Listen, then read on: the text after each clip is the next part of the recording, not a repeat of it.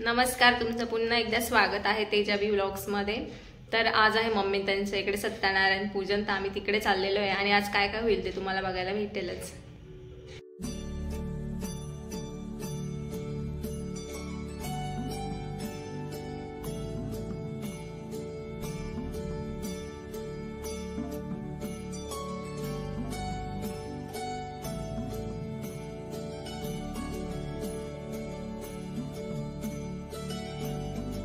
प्रसादाची तयारी चालू आहे, बाहेर पूजेची मांडणी चालली, तर प्रसादाची तयारी करतोय आम्ही। प्रणायनम विनयगम ओम भू ओम भुव ओम महा ओम जना ओम तपा ओम तत्शिवरण्यम भर्गो देवस्य धीमहि अपो ज्योतिरसामृतं ब्रह्म स्वांतो गायत्री मंत्र पुष्पांजलि वक्तुम समर्पयामि। श्री महागणाधिपते नमः। गणपतीवरती इथे आपण आता मांडणी केली, गणपतीचे ठेवल्यामुळे आपण सुपारी मांडणी केली गणपतीची। इथे तुमची कुलस्वामिनीची मांडणी केली आहे। श्री महागणाधिपते नमः। पूजनांचे आवनस्तम गणपती इथे घ्या, ही सुपारी पण घ्या, ती पण ठेवा। महाविष्णुदेव घ्या वरून, बाळकृष्ण तो पण घ्या, घंटा देवता पण घ्या।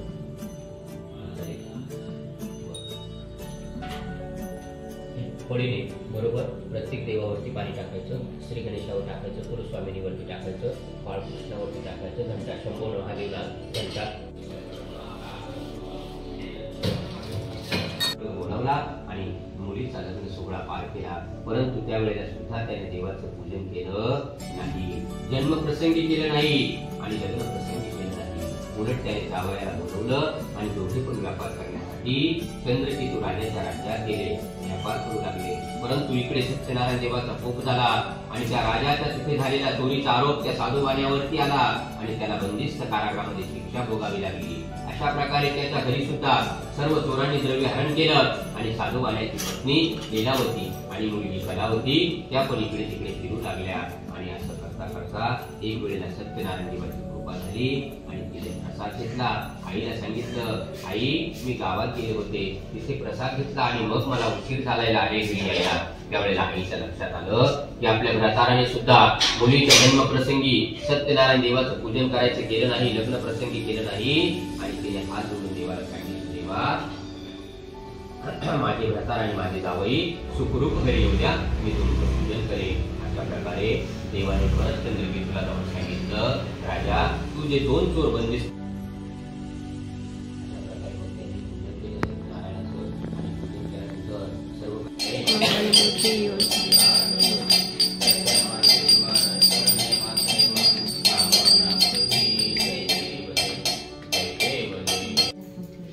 पूजा झालेली आहे, आता आम्ही जेवायला बसतोय।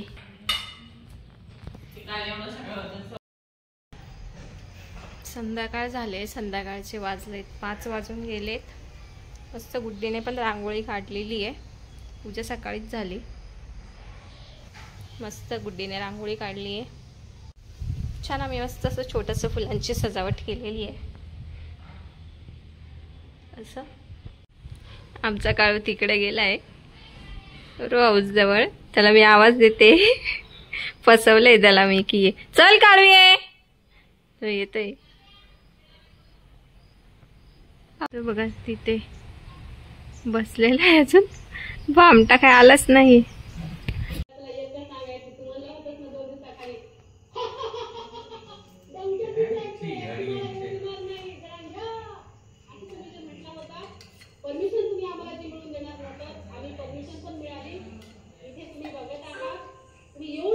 रेडी करून ठेवलाय का प्रसाद गुड्डीनी?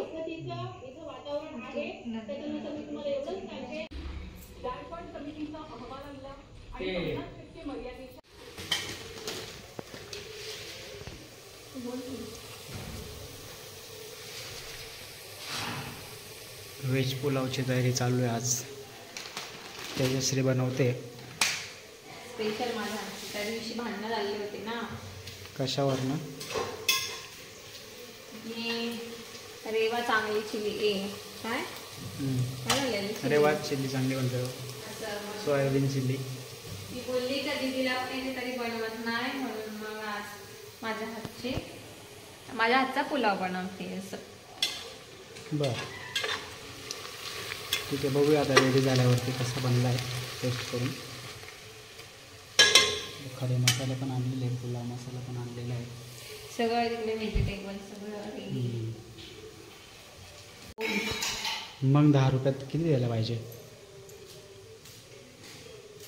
पाण्याचा हंडा आणायला चालली रेवा. कळशी, सॉरी कळशी. रडू नको बाळा, मी पाण्याला जाते असं.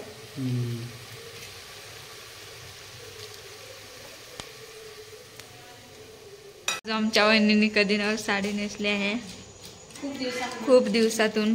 आज सत्यनारायणची पूजा होती ना गणपतीची, त्याच्यामुळे नेसली. नाहीतर रोज ड्रेसच घालते. मग आता मोबाईल बघू राहिले बघा असं. हां, आणि राग पण आला वाटतं असं सांगितलं म्हणून. नाही वाटतं, बोलू राहिले. तिला राग येतो का? नाही येत, कधी कधी येतो. बघा दीदी आता मस्त पुलाव बनवून राहिले छान. आणि आज ब्लॉगिंग करते गुड्डी सुद्धा.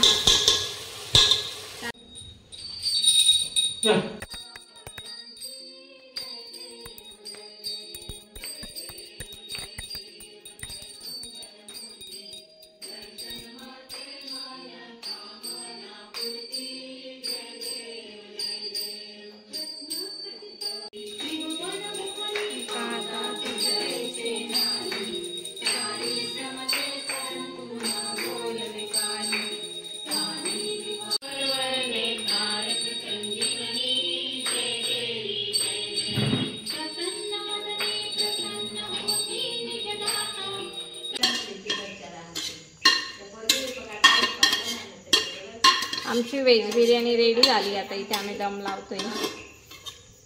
काय गुड्डी, रेडी ना खायला?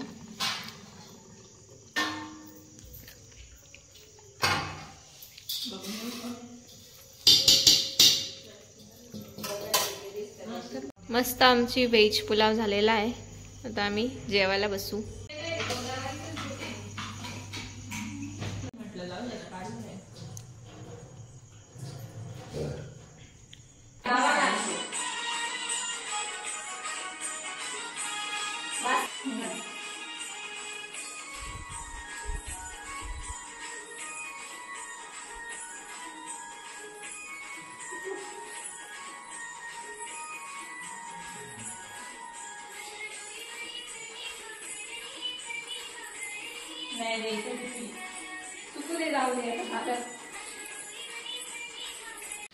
काय बोलला?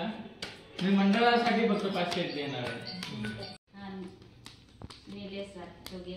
शेवटचा दिवस आता ही कंपनीमध्ये चाललेली आहे, त्याच्यामुळे आता आज आमचा शेवटचा डावे पत्त्यांचा. वाजले 12:30.